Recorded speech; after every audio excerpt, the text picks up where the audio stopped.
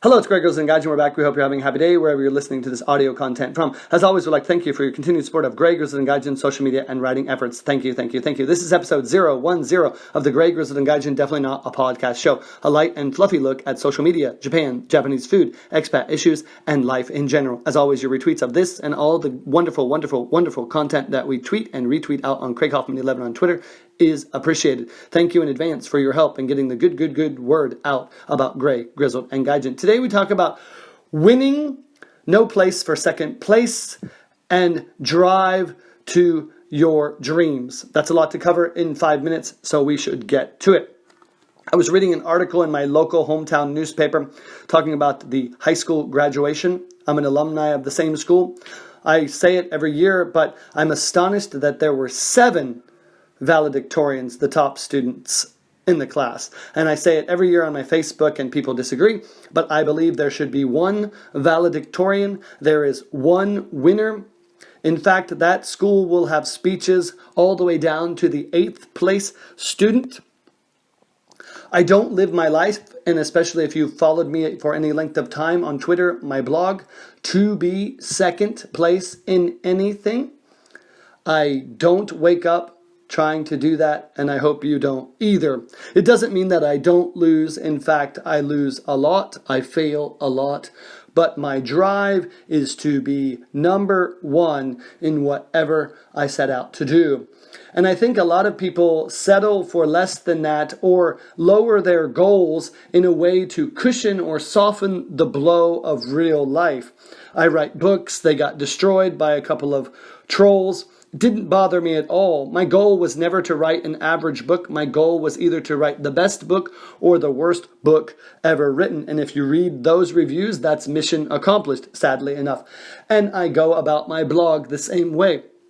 I don't get up and write these posts and make these audio and video content at this kind of clip trying to be a so-so blogger. I want the best blog in Japan, or I want the worst blog in Japan. And in my life, I set out to find the best wife.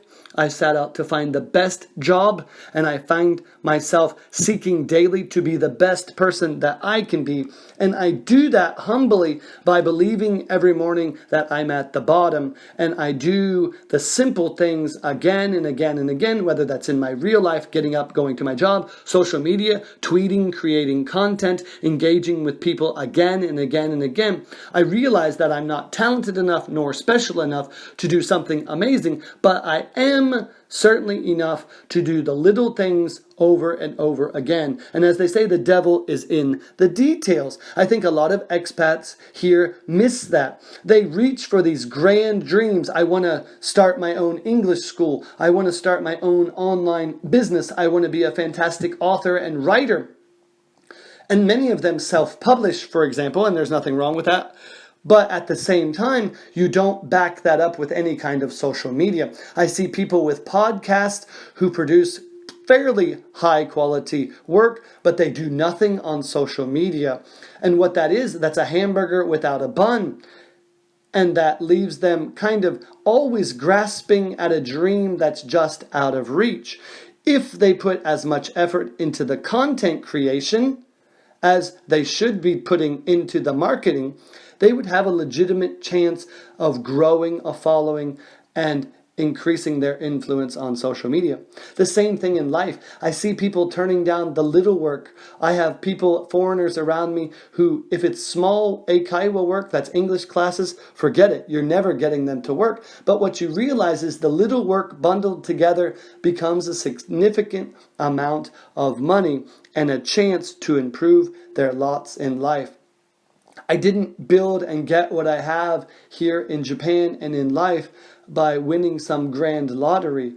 My lotteries were small, daily scratch-off tickets, little by little, piece by piece, day by day, and year by year, to make my life something that I'm most proud of and to which other people around me aspire.